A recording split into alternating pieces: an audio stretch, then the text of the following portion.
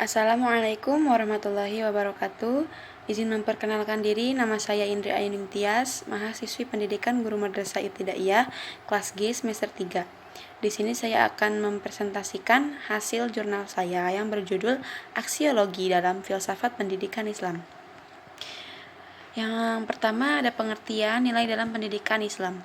Istilah nilai sering kita jumpai dalam percakapan sehari-hari, baik secara lisan maupun tertulis, seperti nilai religius, nilai moral, nilai keindahan, ataupun nilai kebudayaan.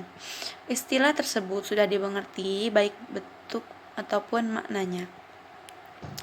Nilai dalam Kamus Bahasa Lengkap Bahasa Indonesia berarti harga, ukuran, angka yang mewakili prestasi, sifat-sifat penting yang berguna bagi manusia dalam menjalani hidupnya.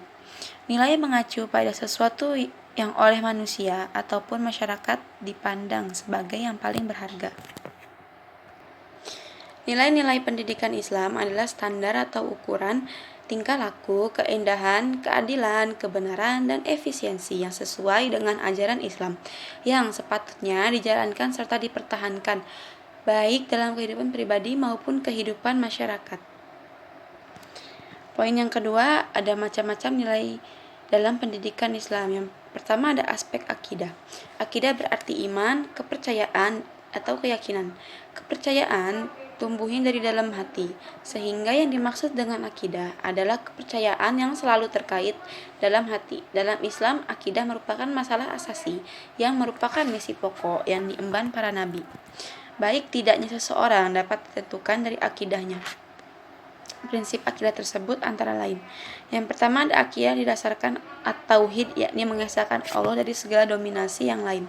Yang kedua, akidah harus dipelajari secara terus-menerus dan diamalkan sampai akhir hayat, kemudian didakwahkan kepada orang lain.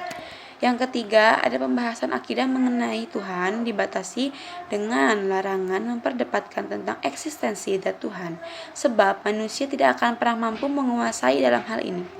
Yang keempat, ada akal dipergunakan manusia untuk memperkuat akidah, bukan untuk mencari akidah.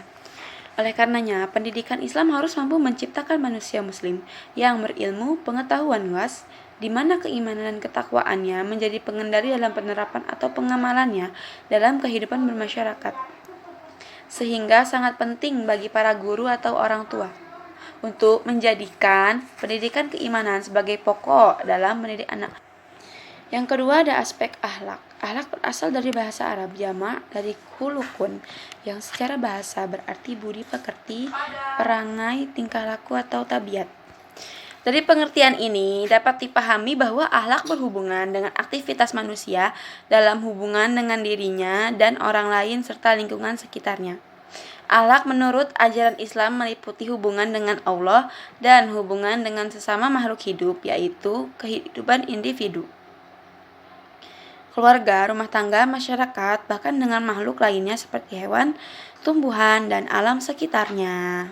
Dengan ajaran akhlak dapat diketahui indikator kuat bahwa prinsip-prinsip ajaran Islam sudah mencakup batin dan mencakup semua bentuk komunikasi vertikal dan horizontal. Secara umum, akhlak dibagi menjadi 3 ruang lingkup, yaitu yang pertama akhlak kepada Allah, yang kedua akhlak kepada diri sendiri dan sesama manusia, serta akhlak kepada lingkungan. Yang ketiga ada aspek sosial kemasyarakatan. Bidang kemasyarakatan ini mencakup pengaturan pergaulan hidup manusia di atas bumi, misalnya peraturan tentang benda, ketatanegaraan, hubungan antar negara, hubungan antar manusia dalam dimensi sosial, dan lain-lain. Dengan kata lain, nilai sosial adalah penanaman nilai-nilai yang mengandung nilai sosial.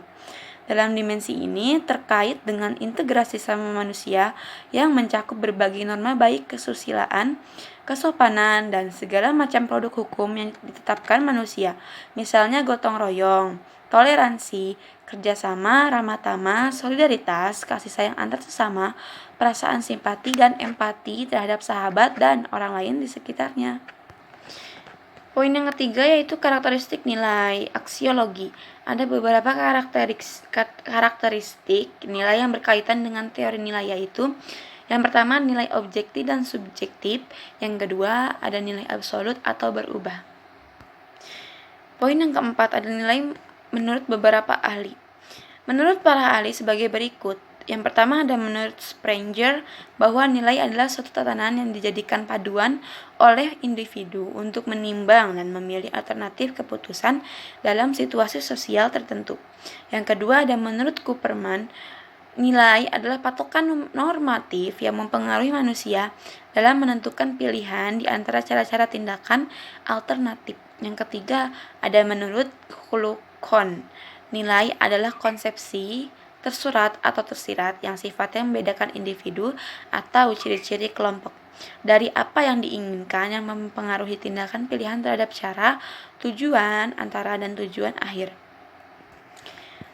Poin yang kelima ada implikasi aksiologi dalam dunia pendidikan.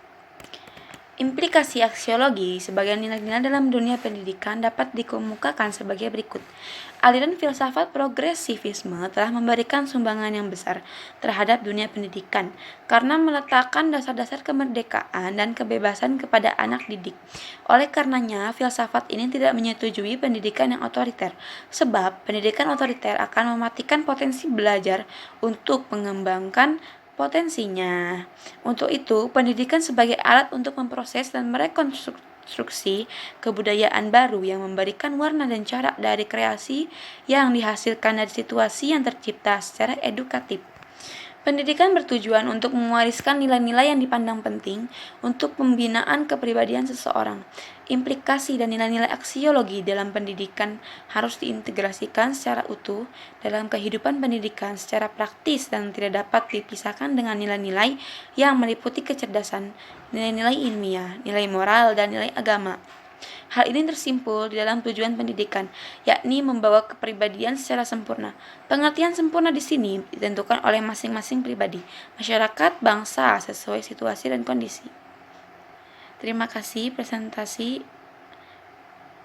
Sekian presentasi yang dapat saya sampaikan. Terima kasih. Wassalamualaikum warahmatullahi wabarakatuh.